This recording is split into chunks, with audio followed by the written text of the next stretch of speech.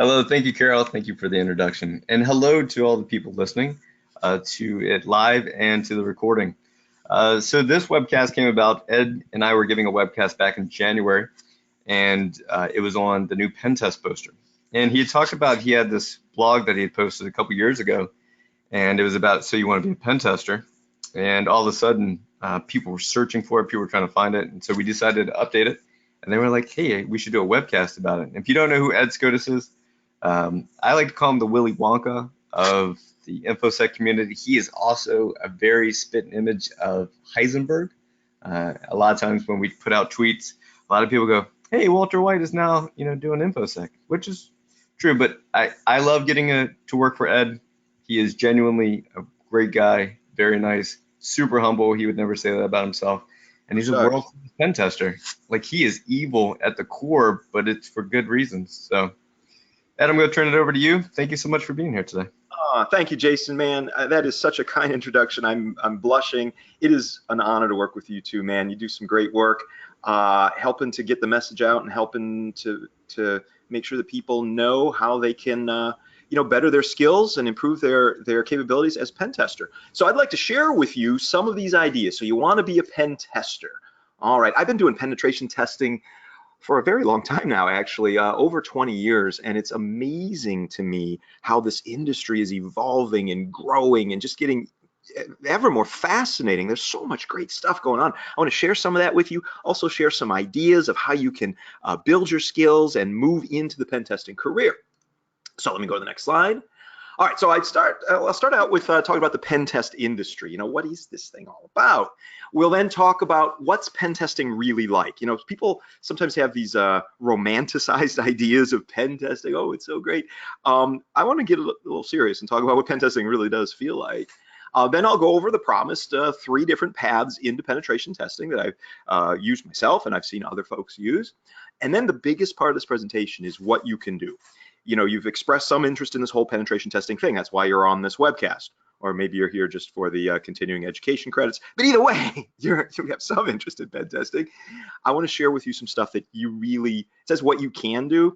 Some of these things are what you must do to just get started in this pen test field. And then we'll finish it up with conclusions. Also, we want to have lots of questions and answers from you. Jason told me that there probably going to be a lot of questions in this one. So try to finish a little early so we can have lots of Q&A at the end. Right, Jason? Isn't that what you said? Yes, Ed, it is. Okay. Yeah, that's exactly what I said. Okay, good. All right, so let's talk about the pen test industry. All right, so I did some research to look at, what is the size of this pen test industry right now? People paying for someone to hack them, to find security flaws, and help them better manage their security risk profile. And what I found was it's all over the place.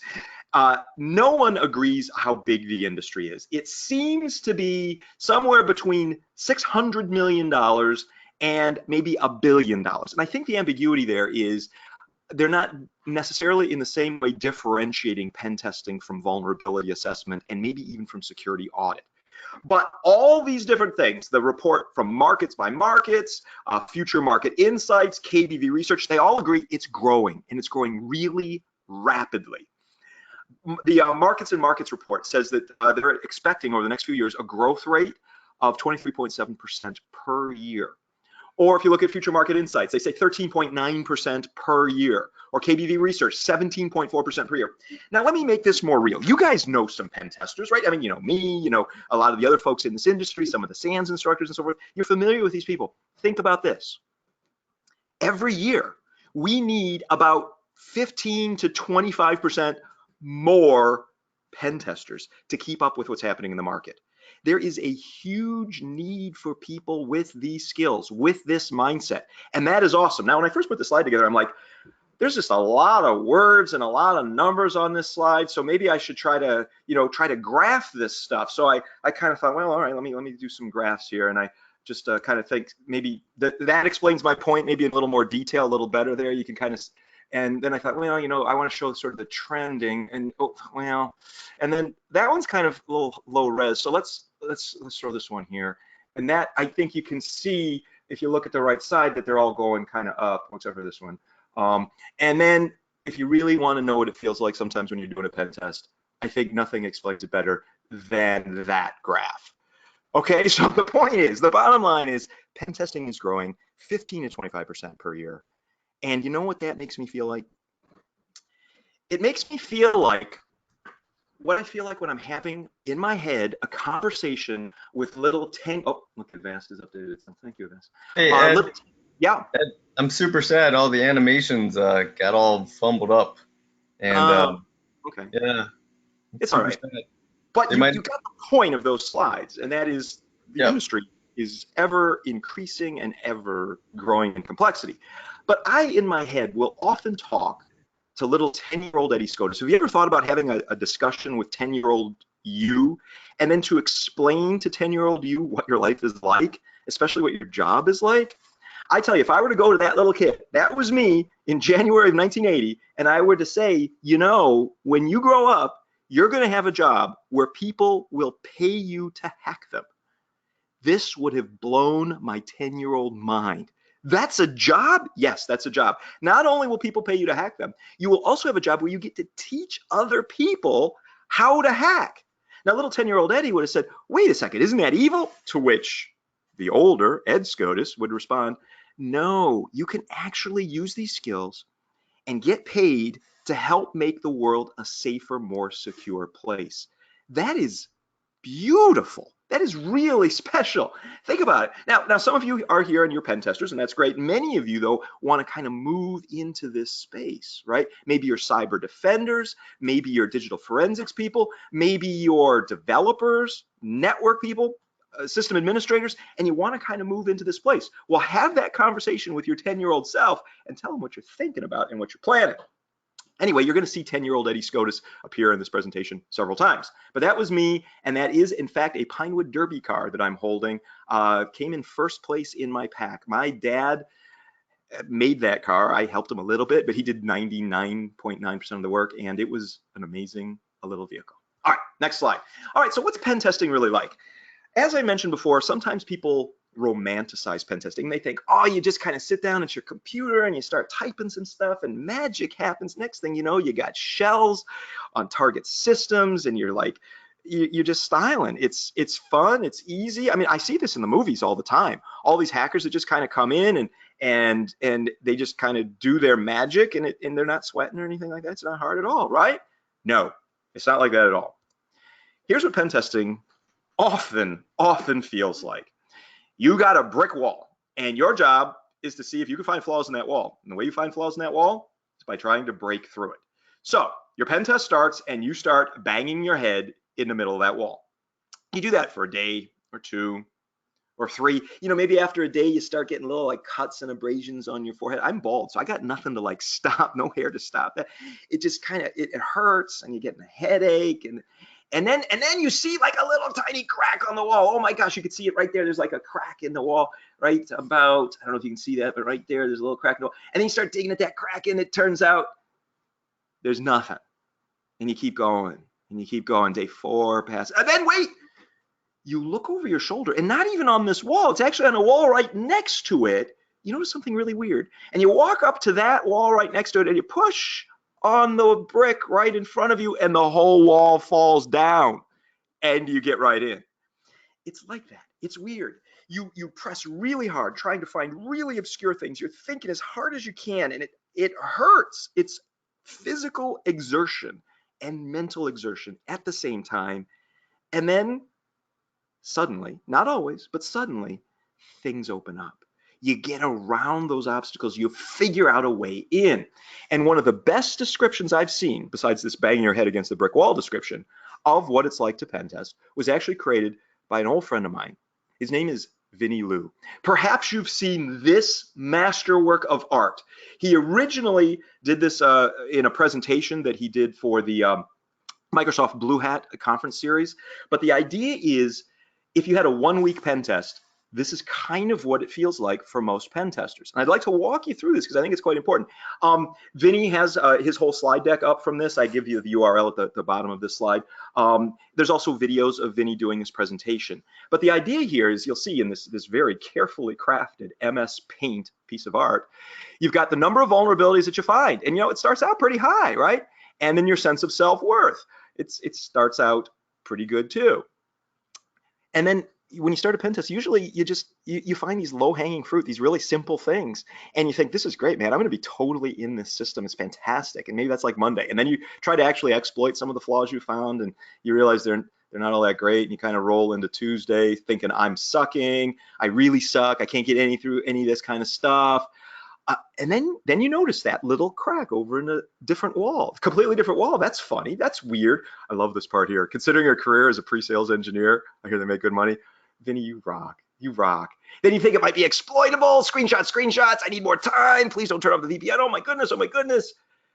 And then the denouement. And notice how his sense of self-esteem while he's doing reporting is even lower than when he can't find any vulnerabilities and he's thinking about becoming a pre-sales engineer. Yeah, reporting right there at the end. Now, this piece of work, this art, this is what it says on Vinny's website. This artwork is Vinny Liu original using MS Paint. And I love how he says here, it's meant to echo the pen tester's fragile emotional state. And it's going to go for auction someday.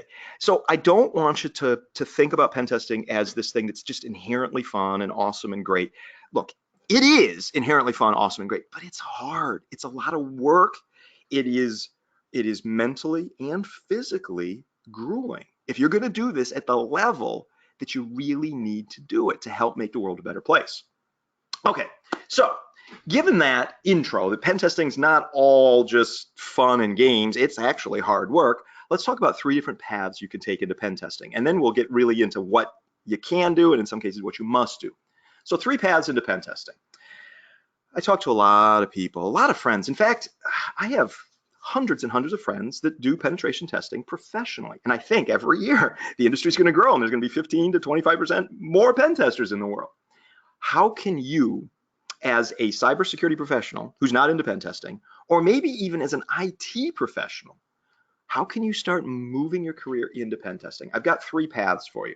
Path A, I think, is the most widely applicable, and that is you're in a general enterprise organization right now. You work for some company, and you're going to transition into their InfoSec team and to their pen test team. That's path A. Path B, which is mislabeled on the slide here, path B, you could join a pen test company, either a big one or even one of the boutiques. I'll talk about those in just a little bit. And then path C, you could actually start your own company. But I've got some risks and warnings for you on that. This is directly based on that blog post that that Jason had mentioned at the start of the presentation. I'd like to go over each one of these paths in more detail. All right, so path A, general InfoSec or even general IT person into penetration testing for your current enterprise. So you probably work for some company now. Why not help them improve the state of their security by doing vulnerability assessment or pen testing, but only with permission? My recommendation to you is volunteer to support one of their existing vulnerability assessments or penetration tests. You could do a ride along. That's sometimes what we call it in the pen test business. Maybe they have in-house pen testers. Get to know those folks. Take them to lunch. Tell them you want to help. And you'll do some of the drudge work of pen testing. You'll take notes. You'll help with the report. I tell you, one of the least fun things is that reporting, right? So if you say that you'll help them, they might really, go for that. And you might need to put in some extra hours. I mean, this is above and beyond your existing job for which you're paid. You still got to continue to do that, but you can kind of help make this investment in yourself by working with your organization, and you'll learn the trade of pen testing. Of the 3 paths I'm going to discuss, this is the safest, provided you get that permission. I'm going to talk about getting the appropriate permission a little bit later. There was a presentation. It was last November, 2017, at the SANS Pen Test Hackfest. It's called Being Offensive in the Workplace. It was by Derek Rook. It's a wonderful talk. You can download the slides at the URL that I show you here. In fact, all of the slides for all of the talks at the Pen Test Hackfest are at this URL. Look at Derek Rook's, because his talk is about how you, as an InfoSec professional who doesn't do pen testing, can start moving your career in that direction. And it's exactly what we're talking here. Volunteer to help, get to know those folks, and eventually you might be able to get yourself slotted into a job on your pen test team. Now you might say, but Ed, we don't have an internal pen test team. We use an outside pen test team. Well, in those discussions, see if you can get a ride-along capacity. I often get asked by our customers, hey, would you mind if we have somebody who watches you do your pen test? Not because we're concerned about what you're going to do, but we want knowledge transfer. And at my company and several other companies that do pen testing, not everybody, but several companies that do pen testing welcome that ride-along, that customer looking over the shoulder. But I always caution them. I'll say, look, I'm happy to have one of your people watch us do the pen test. I'm all about knowledge transfer. I want your organization to be better at what it does. But here's the deal. Your person can't slow us down. If they start asking a lot of questions that make us go slower, then I'm going to have to either charge you more or do less, right? I mean, we want the knowledge transfer. We want you to see what we're doing. We want you to learn, but at the same time, you can't slow us down. And I've had really, really good responses to that. So anyway, you might want to consider the ride-along pen test and suggest that to an outside pen test firm. Not everyone's going to do it, but enough will, and you can learn a lot from it. Also, you'll notice here I put this picture of little Eddie Skoudis. All my clothes at that time were hand-me-downs, and you can see this very, very spiffy blazer that I was wearing. Look, it was clothes from the 1970s and the hand-me-down stuff. I've got a little vest underneath that, and then my brother, look at his pants. They're just fascinating. There's my dad. The 70s were a crazy time. All right, so let's go ahead and move on to the next path. Path B, you could join a pen test company. There are a lot of companies that are just dedicated to penetration testing. Some of them are general IT companies that have good-sized pen test teams. I mean, if you look at Verizon, for example, Verizon's a big company, and they do have a fairly sizable pen test team that you could join. There are several others as well. There are also some InfoSec product companies that make really, really good products, but they also have a pen test consulting business that does a fine job. For example, Rapid7 does this. By the way, I'm mentioning all these different companies. This is not an endorsement of those companies or their products. It's just saying that I've seen some of their work, and they are fine places to go as a pen tester to build your skills and learn. So big general companies like Verizon, more focused product companies that also have pen test consulting like Rapid7. And then there's also just pen test boutiques. This is the circles that I move in mostly. These are companies that just do pen testing, and they're not terribly large companies, but many of them are hiring. I have a lot of friends who run companies like this or who are in companies like this, and I myself have CounterHack, a company that does pen testing, and we are inundated with work. We have more pen testing work than we can possibly do. And I know a lot of these companies are constantly hiring. For example, my very good friend John Strand runs a company called Black Hills Information Security, BHIS. They are hiring. They need really, really good people, but they're hiring, and they do amazing penetration testing. Or if you look at InGuardians. InGuardians is a company run by several friends of mine. I helped co-found InGuardians way back in 2002, so it's been quite a while. I'm no longer directly with InGuardians, but I love those guys. I send them leads all the time because they do such fantastic work. They're hiring. If you look at Dave Kennedy's company, TrustedSec, man, they do some great pen testing. They're hiring. All these different companies are hiring, and you should consider your options for joining such a company. So, path A, start doing pen test-like work in your current employer. Path B, consider these pen test companies, either big ones or the boutiques. And when I say boutique, that's not dismissive. It just means they're very, very focused, and they often do a really, really fine job. And some of these smaller companies, you can really learn a lot because there's just so many pen tests coming in on so many different technologies, and they only have a certain size staff to be able to do that.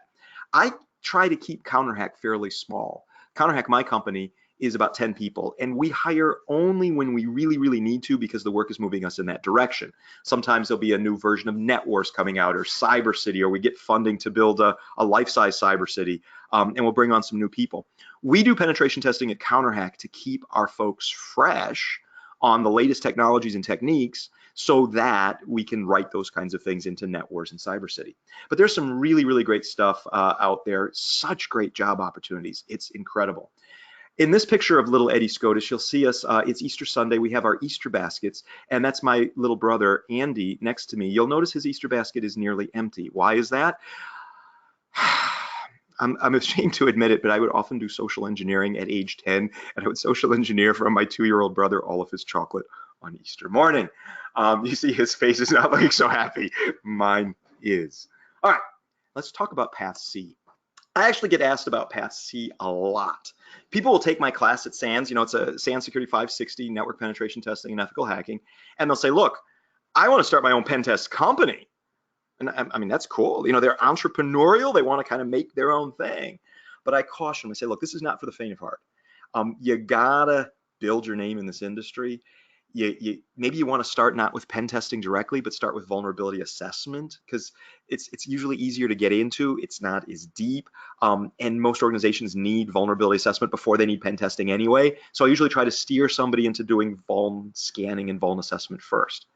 But they'll always ask me, whenever they're thinking of going into this space, they'll always ask me, they'll say, what's the most important thing for me to buy if I'm going to set up my own pen test company? And then they'll say, like, what tool should I buy? Should I buy this tool or that tool or that tool? And my response is, the most important thing for you to buy is insurance. You need liability insurance and errors and omission insurance. If you do not get that, you are betting your entire life. I mean, everything you've got, any house or anything that you've got, your car, on every single pen test you do. So get insurance. I have an insurance broker that I've worked with for over 15 years. His name is Anthony Bruscia. He knows about pen testing. He knows what kind of insurance you need. I have him price out insurance for me. If you're interested, I could hook you up with Anthony. Please note, I pay Anthony money. So I'm not like telling you about Anthony because I somehow get a kickback from him. No, not at all. I tell people about Anthony because he helps them. And I usually send 1 or 2 or 3 people to Anthony every month. And he finds new and good insurance. He's not affiliated with a specific insurance house. He's a general purpose broker, but he knows what we need as pen testers. Please note that you don't need commercial tools. You can do a fine penetration test using free open source tools. You can. But as you scale, you can benefit from the commercial tools. So you don't have to run out and drop a few $1,000s on tools to do a pen test. No, not at all. You could do it using the free stuff, but you'll find that as you start making money doing this, you can achieve more efficiencies by using some of the commercial tools. And there's little 10-year-old Eddie Skoudis again in hand-me-down pajamas, far too big for him. All right, so those are the 3 different paths. But regardless of which of those paths you go down, I have specific advice of what you can do to kind of move yourself into penetration testing.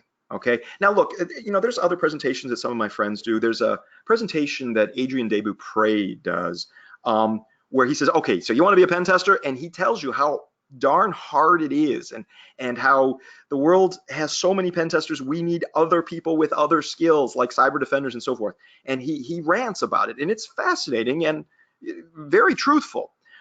This is sort of the same coin, but the opposite side of the coin, this presentation that I'm doing here. So Adrian's got this presentation on how hard it is to be a pen tester. I touch on that. You heard me say it earlier, but I want to focus on what you can do if you really want to go down this path.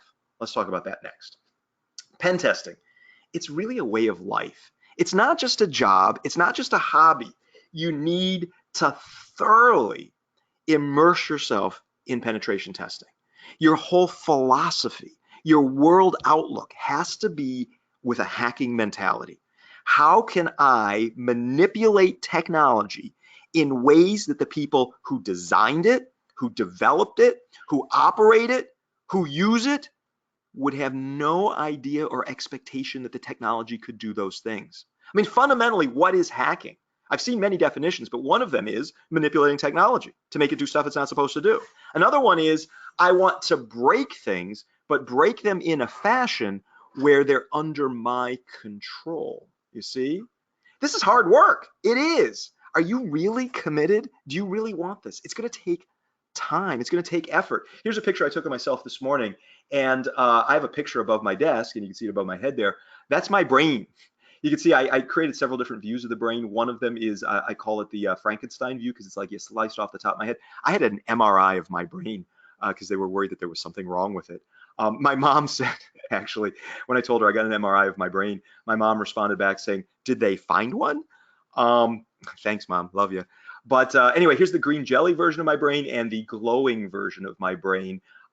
Turns out everything was okay with it, and we were very relieved. But yeah, there were some concerns about 5 years ago with Ed Skoudis's brain.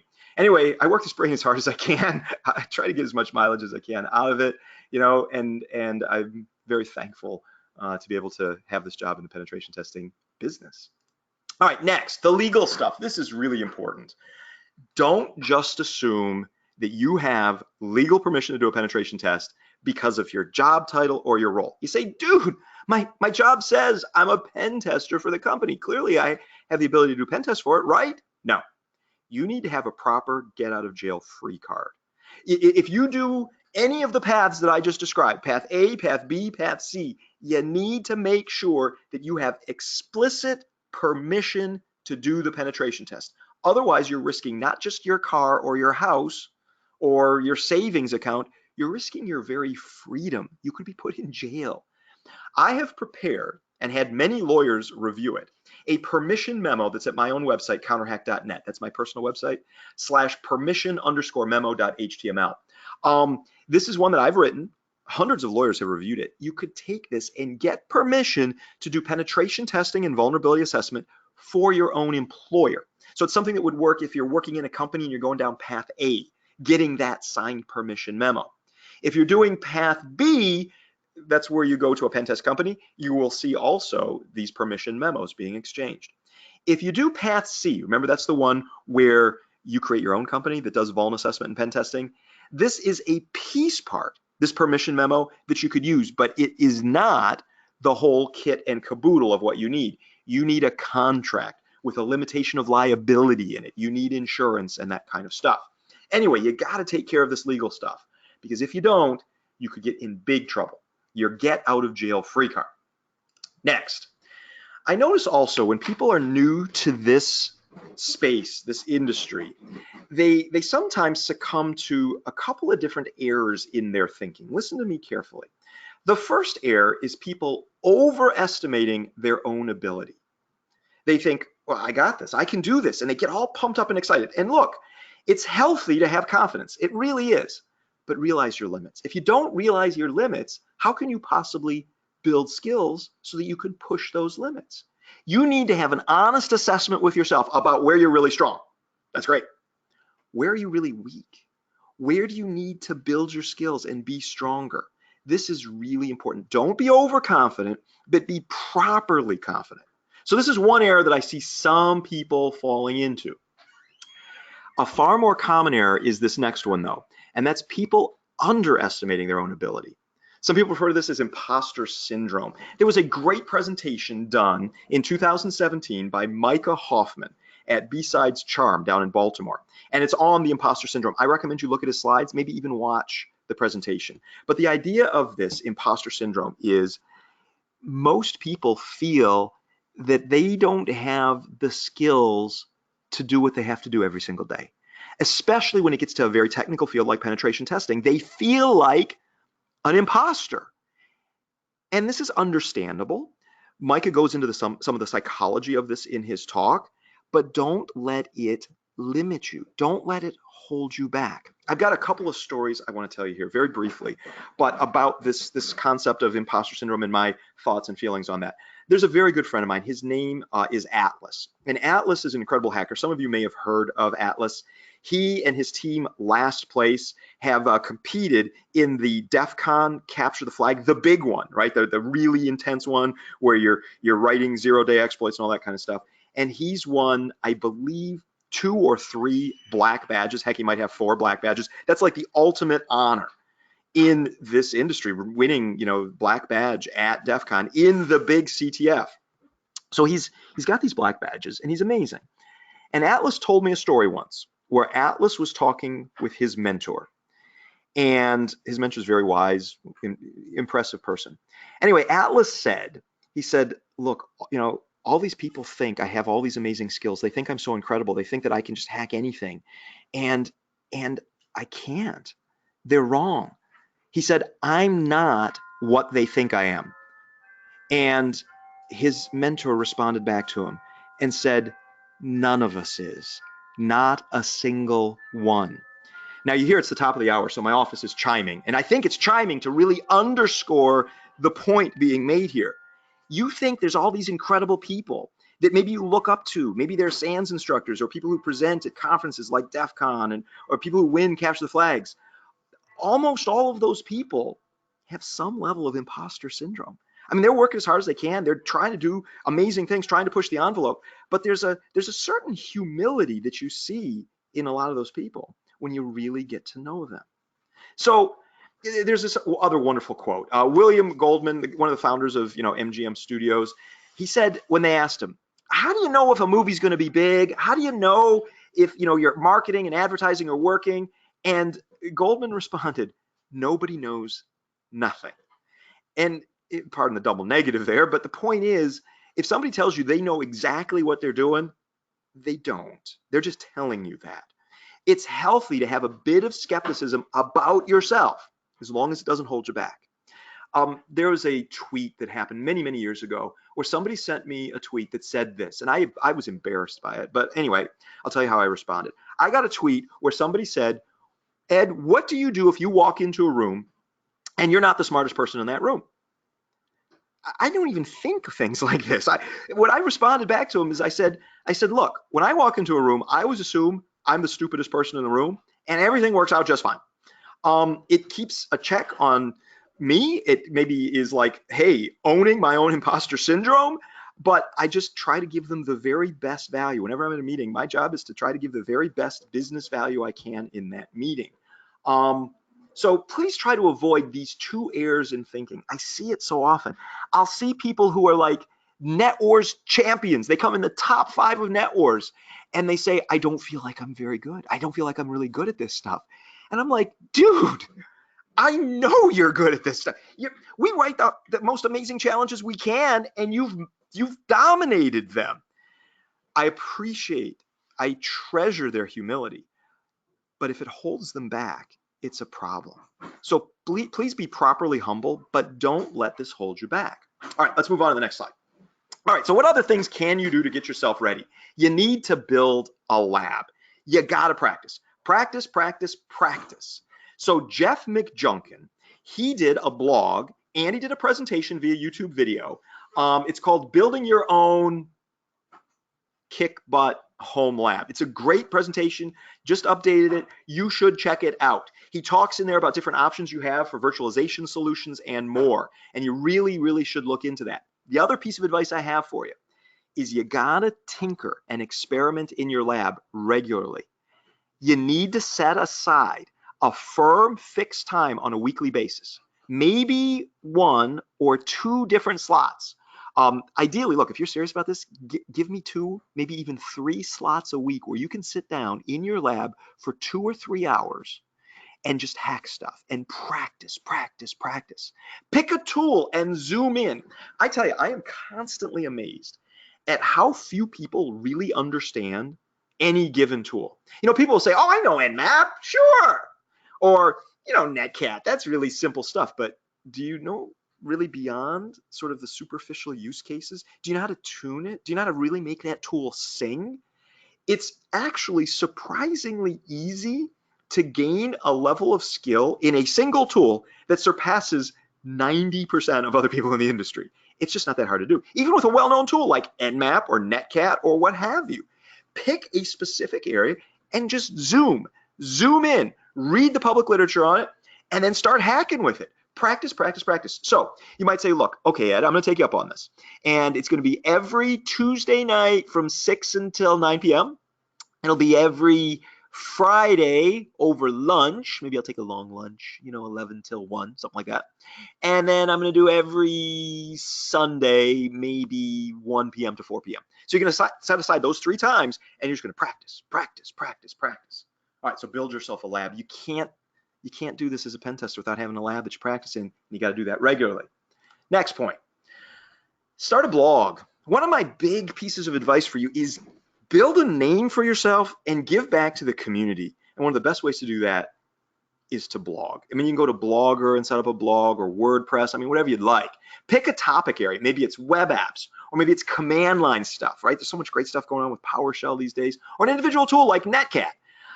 Even if you start out really simple, because you're new in the pen testing space, if you write up a blog of your adventures and what you've learned about a tool and what surprised you, you're going to be helping people. First of all, you're going to be helping yourself, but I guarantee you're going to be helping other people. I very often will do Google searches for some particular topic, and I'll find some blog that someone wrote a few years ago, and it addresses the topic I'm looking for. Oftentimes it's not super deep technically. It's just deep enough to kind of get me going. That's fantastic. And I'll tell you, I've talked to Josh Wright about this. He's a great friend, SANS instructor, and he works for me at CounterHack. But one of the most disheartening things is when you're working on some hack and you need some concept to be fleshed out in more detail. So you do a Google search for it, and you find the only hits were the blogs that you yourself wrote 5 years ago, and no one picked up where you left off. So I guess this is me begging you to look at some of the blogs that I've written and some of my friends have written and pick up where we left off, so you can continue to develop that knowledge and give it back to the community. So I did a search for the top pen test blogs, and first hit came back. So top 15 pen test blogs and websites for pen testers to follow in 2018. I'm like, yes! And notice the SANS pen testing blog is there. It's number two. It got me looking at the pen test tools blog. Lots of good stuff there. There's some really, really wonderful stuff out there. And you should look at those blogs, learn from them, and then pick up where they left off.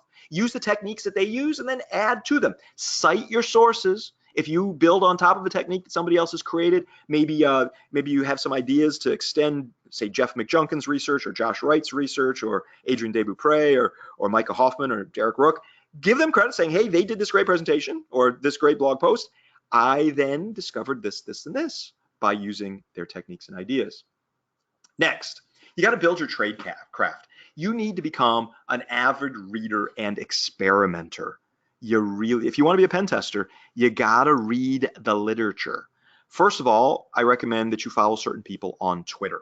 I didn't want to have a list of like 50 or 60 people to follow on Twitter because, I mean, who has the time? And I didn't want to just say, well, follow this group of InfoSec people in one of the groups. Instead, I wanted to like really zoom in to specific people who very frequently will tweet about information security topics of interest to pen testers or actual outright pen testing. What I didn't want to do is just put together a list of SANS instructors, because you get those through SANS pen test. So I didn't want to just have SANS instructors here. I wanted people that were, not SANS instructors, but still doing some incredible, amazing work and talking about pen testing, not just sort of lifestyle stuff.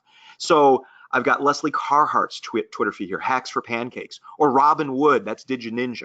I did put SANS Pen Test here because Jason runs that, and it includes a lot of stuff that the SANS instructors are up to.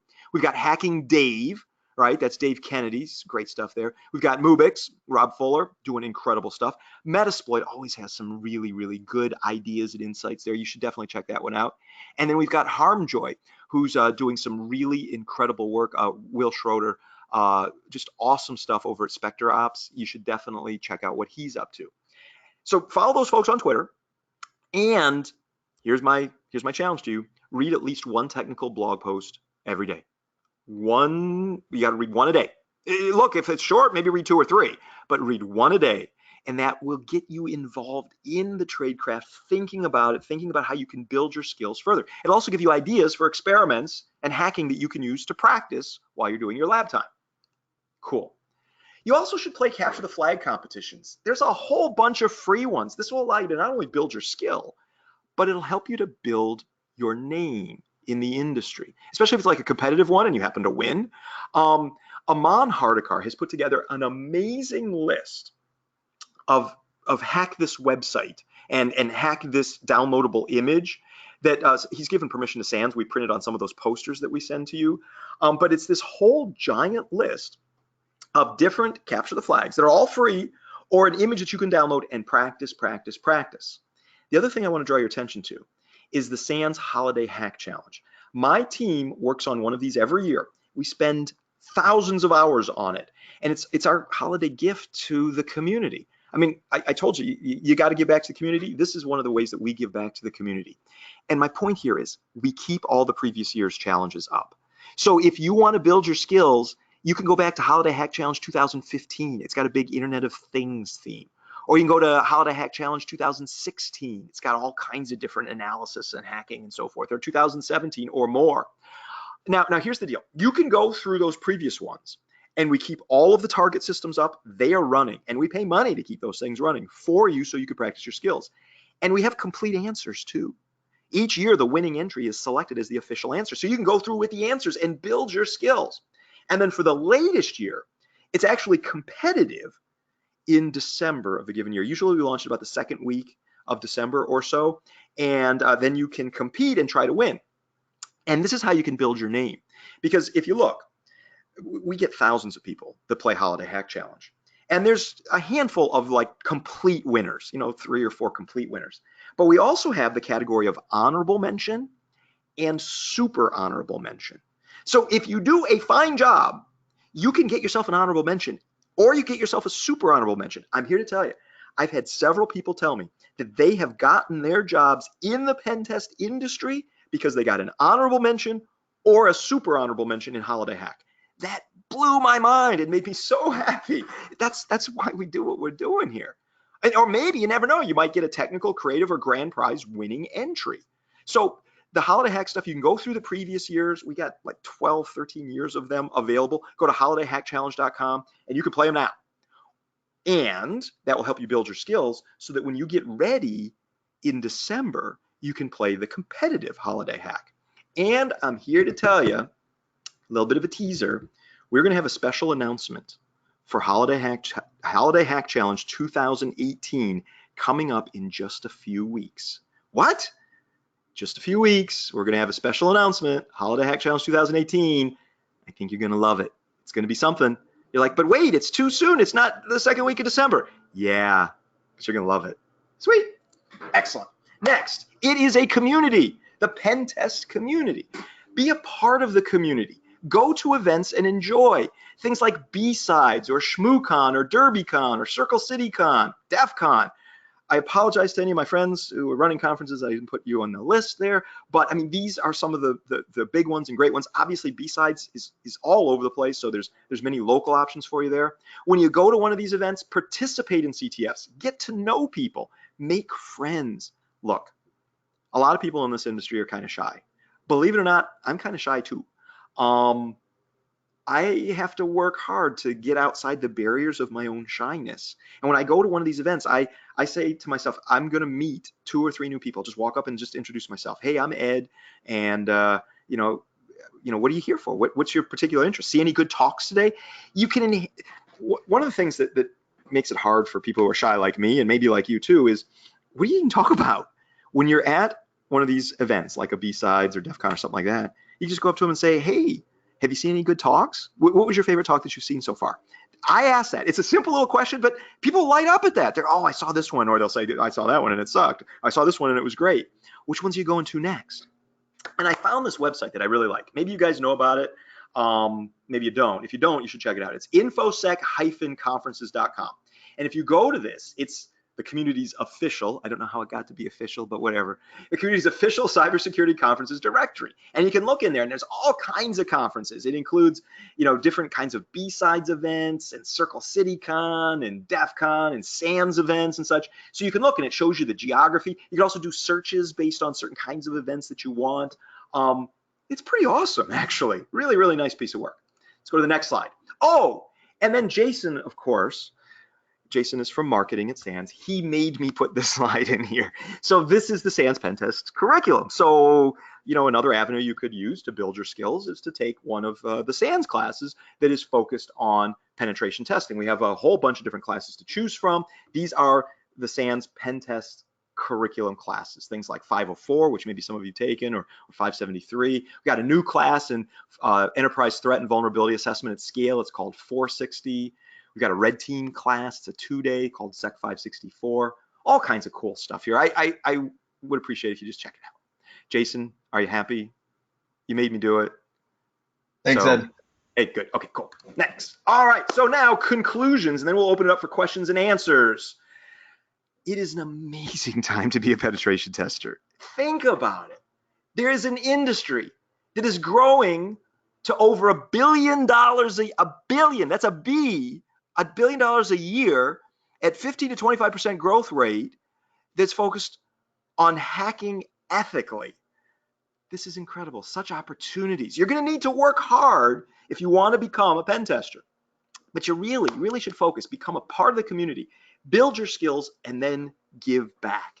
Now, if you look at the image on the right-hand side, I was talking to my good friend, Jason Blanchard, and I said, I got some friends in this industry. If you ever ask them how they're doing, they say, I'm living the dream, I'm living the dream. And maybe you know people who say that. And when they say it, they mean it ironically. They mean, wow, this is hard. My life kind of, I'm living the dream. I actually think to myself, I'm living the dream of 10-year-old Eddie Skoudis. I mean, I get up every morning and work on thinking about ways to hack things, and people pay me to do that. This is living the dream. So I asked Jason, if somebody asks me how I'm doing, can I say I'm living the dream, but not to say it ironically, to say it so I actually mean it without sounding like a jerk? And Jason's like, nah, you kind of sound like a jerk if you do that. So anyway, so I don't do that. You ask me how I'm doing, I'll tell you I'm doing great, right? But I'm not going to say I'm living the dream. But still, Jason at SANS Orlando bought this little plaque for me and gave me this nice little sign, gave it to me. It was on the desk when I started teaching, and it just made my day. So anyway, I put it in my steampunk office, and it's right there on my 1940s typewriter. Anyway, the bottom line here is, it's a great thing to be a pen tester. Don't underestimate the amount of work necessary and how hard it is. But gosh, what a great thing to be able to do. And I'd like to thank you all for joining us, for this webcast. And with that, Jason, can I turn it over to you to do some Q&A? I told you I'd give you some extra time. You got 14 minutes, I think, for Q&A. Absolutely, and we'll try to get to every question we possibly can. There's been a lot of questions that are similar in nature. So what I'm going to do is I'm going to ask the question that maybe combines like 6 or 7 of the questions asked together. The first question is, and it seems to be the same question a lot of people have, is how do you overcome you need 5 years of experience to get the job, but you can't get the job unless you have experience, but you can't, that catch-22 if you need experience to get the job, but you don't have experience because that. Two thoughts on that. You need to be a person of integrity and you can't lie, okay? So don't say you have 5 years experience when you don't. But that said, you may have more experience than you think you do. You start building your lab experience. That's experience. I've been working in my lab for 2 years or 3 years or what have you. That's experience. I play CTFs. Every time there's a B-sides within 100 miles or kilometers of where I live, I go to that and I play their CTFs. The way to fix that, I don't have any experience, is for you to start building experience. And you just got to do it. And count your lab experience. Count your experience as a sysadmin. There's so many ways to get into pen testing. I have different sort of flavors of friends. Some of my friends who were sysadmins and then they became pen testers. Others were coders and then they became pen testers. Others were network engineers and they became pen testers. So there's a lot of different ways in here. And some of you folks are already doing either cybersecurity jobs or you're doing general IT jobs. The stuff that the stuff that is in your head just as an IT practitioner is really useful in pen testing and should count at least somewhat toward those experience requirements. So don't just say, well, I can never get experience because it's chicken and the egg. You just got to start getting experience now by building your lab. Sure. Yep. Thanks, Ed. Another question that is combining a few other people's questions into one is, as they look at a lot of the things that they should do to gain that experience or things that they need to do, it seemed overwhelming. Yeah. You got to, CTFs and then learn this and then this. Is there any place to get that whole ball started so it doesn't feel overwhelming and they can just pick a piece of the pie just to get started? Yeah. My advice to you, first thing to get rolling is build yourself a lab and pick one tool, just one tool. So I know there's a lot you say, gosh, Ed, I got to start a blog. I got to get a get out of jail free card. I got to do this. I got to do that. What do I go to Jeff McJunkin's thing on how to build a wonderful lab. And you don't have to spend a whole bunch of money. Get it on the cheap, maybe an old laptop or something like that. Virtualize your stuff. So build a lab, pick one tool, whatever it is. It could be almost anything. Netcat, Nmap. It might be one Metasploit module that sounds interesting to you or that you heard about because you're reading some folks on Twitter. It could be Wireshark. It could be Kismet. It could, whatever. Listen to some SANS webcasts. We're doing, webcasts constantly. And, Larry Pesci did one earlier today on Software Defined Radio. You listen to one of these things and just pick one tool and just start with that. And then that gets the ball rolling. it's magic. I tell you, it's magic. Don't let the fact that there's so many different ways and avenues to get started make you not get started. And realize that when you do start this, you're going to feel a little unsure, and you're going to be like, gosh, I don't know this tool. Exactly. That's why you're looking into it. And very rapidly, you're going to develop skills that, like I said, 90% of people in this industry don't have. I get. Another question combining a few other questions is certifications. So Yes. getting started, what kind of certifications so that you can gain the trust of the company that you're working for, not necessarily GIAC certifications, but what do you feel are the base certifications that someone should have? Wow. So please understand, I am an instructor with the SANS Institute. I'm also the curriculum lead. So I do have my biases. I'm very familiar with the GIAC certifications. I know those, more than I know any of the other ones in the industry. And they are very carefully written to the job tasks. GIAC, that's GIAC for those that don't know, they work really hard in making sure the learning objectives that are measured in their exams are associated with the actual job tasks of, say, a penetration tester. So there's the GCIH, the GIAC Certified Incident Handler, that's associated with the 504 class. A lot of people get that one because it shows that they have a solid knowledge of the offensive techniques and the associated defenses. There's also the GPEN cert, GPEN, which is associated with the SANS Security 560 class, which shows that you have the methodology and understanding of the tools to be able to do a pen test. So those are some that are reflective of the job. But again, I admit I'm kind of associated with those, and I have a lot of friends over at GIAC. That said, don't let the fact that you don't have a certification stop you. A smart employer will hire you if you have the skills, whether you have the cert or not. I mean, some employers want a certification because it shows that you do have that baseline of skills and that you're quite committed. We had a meeting. It was actually just a spectacular meeting. I invited together a bunch of friends who kind of run pen test companies and stuff. Dave Kennedy was there. Robin Wood, that's DigiNinja, was there. We had Atlas was there. There were a whole bunch of people. And we were talking about, are certifications important to you as employers? And they said, yeah, they are, because it's just shorthand for saying this person, they know something. That said, they were all smart enough to know that if somebody can demonstrate their skills even without a cert, that's magic. Also, one of the things that I've railed against for my entire career is these employers who will not hire you unless you have like a bachelor's degree or master's degree. I think that's crazy. If you can do the job and do it awesome, I don't care what degree you have, or that you got a degree from some school I've never heard of. That doesn't matter. What matters is, can you do the job well? Also, I mentioned that I have a lot of friends who got into pen testing because they were sysadmins or software developers or network admins or what have you. I also have friends who do pen testing who were math majors or who were English majors or who didn't major in anything. They got out of high school and they started hacking.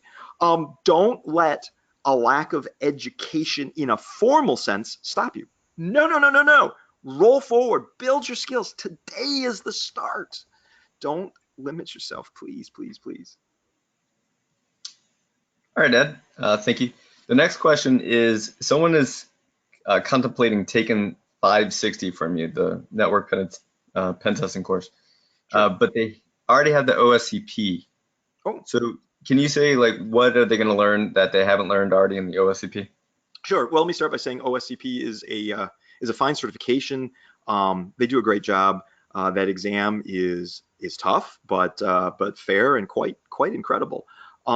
So congrats on having your OSCP.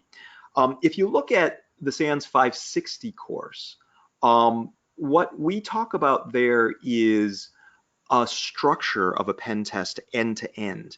So we talk about doing your scope and rules of engagement, and then progressing from reconnaissance through scanning, through exploitation, through post-exploitation.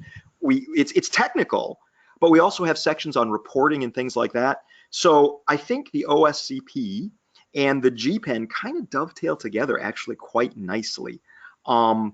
I have a great deal of respect for what they're doing over there on the OSCP side of things. But you'll see GPEN doesn't just like repeat that or echo it. Instead, the two kind of marry together nicely. I remember many years ago, there were discussions about having some sort of you know, could we cooperate or work together? The accountants were never able to put anything together, but at the end of the day, you'll see the two complement each other well. Question here. What is one or two pen testing skills that all InfoSec people should have? That is a very good question. Okay, I think you need to have some good command line skills in whatever operating system platform is your choice. So you need command line skills. Say it's Linux. Probably Linux will be more useful for you than even Windows. So build some command line skills. If you want to go Windows, go with PowerShell. If you want to go with Linux, go with Bash. So that's the first thing. Second thing you're not going to like, writing skills. You got to have good writing skills. You got to be able to communicate, especially in written form. This is something that I work with my team on all the time. So you might want to take a class on just proper writing. It's like, dude, I want to hack stuff. I don't want to have to write. If you want to be good at this and do it well and offer high business value, you need to have some good writing skills. Okay. Thanks, Ed. Someone here asked, if you know, and if you don't know, that's okay. What is the yearly income range for pen testers working for enterprise and for boutique pen test outfits? So there's salary surveys that go out all the time, and there's quite a wide range. I will note a couple of things. I haven't seen anything that differentiates enterprise from boutiques, and I think generally speaking they're very similar. They might be off by just a little bit, but if you look at the salary ranges of professional penetration testers, depending on their experience and skill, they usually start at about 80,000 and go up to about 125,000. I know that's quite a wide range, but the other point is if you look at that range and its centerpiece, it is higher for pen testing than it is for other InfoSec skill sets. One of the other ones that's high, like pen testing is high, is security architects. So security architects and pen testers tend to make more. I know that's a wide range, 80 to 125, and it's usually centered maybe at around 95 to 105, depending on your skill set. And also the geography. The geography varies things a lot. I mean, if you're doing your pen testing in Alabama, much lower cost of living than if you're doing it in Palo Alto, for example, or even New Jersey. Thank you, Ed. For someone young and just starting out, would you recommend they study and work in software development, networking, and or system administration before starting on security pen testing focused work? All of those are great. So do whatever one you feel the most passionate about, the one that you like the most. My personal way of doing this was I was a I was a pretty crappy system administrator in college. I wasn't very good at it, but I did it. But then I really got into networking, and I love networking, just the flow of packets, bits on the wire. I just love that, routing, all that kind of stuff. So I was a crappy sysadmin, but I did pretty well with the networking side of things, and that served me very well. I had a little bit of development, but not a whole lot skills. So go any one of those is a valid way to start. Pick what you like best. Ed, I wanted to give a plug here for myself for a second. I know that sounds weird, but there's been a lot of questions on how do they get their foot in the door to these companies in the first place. And if you're listening to the recording, if you're listening live, I gave a talk on how to social engineer your way into your dream job. It's available on YouTube. My name is Jason Blanchard, and it is on YouTube. Iron Geek recorded it at DerbyCon in 2016. The reason why I bring it up is because I used the pen test framework to explain how you can find a job, and it's how to job hunt when you have job skills. And so I've met a lot of people in the InfoSec industry that have the skills, but they're not good job hunters. And so if you go and watch that talk, it's been seen almost 6,000 times. I get emails almost each week of people who have watched the talk, and they're now able to put a framework around how they job hunt. So please take a look at that. Yeah, and another thing about that talk is I saw it live when you first gave it, and I was with the rest of my staff, and they turned to me while you were giving the talk and said, "Oh my gosh, Ed, those are exactly the techniques he used on you to get his job. So Jason's talk should have a subtitle of How I Social Engineered Ed Skoudis into Getting a Job. And it was awesome. I mean, I'm like, yeah, I mean, he's presenting on something he did and it worked. This is fantastic. So. Yes, I did. We have just a few more questions, if you can stick around. Sure. How do you deal with companies only looking for unicorns when you're not a unicorn? Make yourself a unicorn. You got it in you. Find some skills that they need and build your skills. You just got to, please realize that if you focus and if you're determined, you really put your mind to this, you can build those skills so that you will become something that you right now would consider a unicorn. But once you've got those skills, you won't feel like a unicorn. You're gonna be like, well, I don't know this other stuff. Exactly. But now you know enough that you'll be able to get that job. And you would have considered yourself, if you go back in the past, your current skill set, you're gonna think, well, I'm a unicorn now. But once you're there, it's kind of a variation of imposter syndrome. So just start developing your skills. That's the magic. There's no way around that. Okay. We got a flood of questions and we weren't able to get to all of them. And what I'm seeing from the amount of questions that we got is that we should definitely do this again. Oh, that's great. That makes me so happy. Thank you guys for joining and asking all those questions. That's wonderful. So what I think we'll do is maybe we'll look at your schedule and see if we can do an Ask Ed Anything type webcast where it'll be a lot of Q&A. Oh, that would be fun. Yeah. So Ed, I'm going to turn it over to you for any final thoughts, and then we'll give it to Carol, and she'll end today's webcast. Very good. Well, first of all, I'd like to thank everybody for joining us, and secondly, I'd like to thank you for being there. We put on these webcasts, and there's always a little bit of a worry: are people going to show up? Will they find it interesting? Will they find it useful? Will they ask any questions? When I got to the end of this, it's like, gosh, I hope there's questions. So thank you all for what you do. You allow us to be able to do what we do. And I really want to encourage you to think about this pen test thing. Decide if you're really in. Don't be intimidated, but make an honest assessment of your skills and an honest assessment of your motivation and drives. And if you think you're into this, build that lab and start hacking. Have fun with it. It's an amazing, amazing job profession. Thank you, Ed. All right, Carol, can you close us out for today? All right, well, thank you so much, Ed and Jason, for your great presentation, which helps bring this content to the SANS community. To our audience, we greatly appreciate you listening in.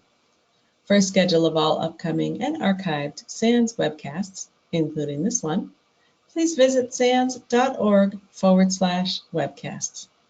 Until next time, take care, and we hope to have you back again for the next SANS webcast.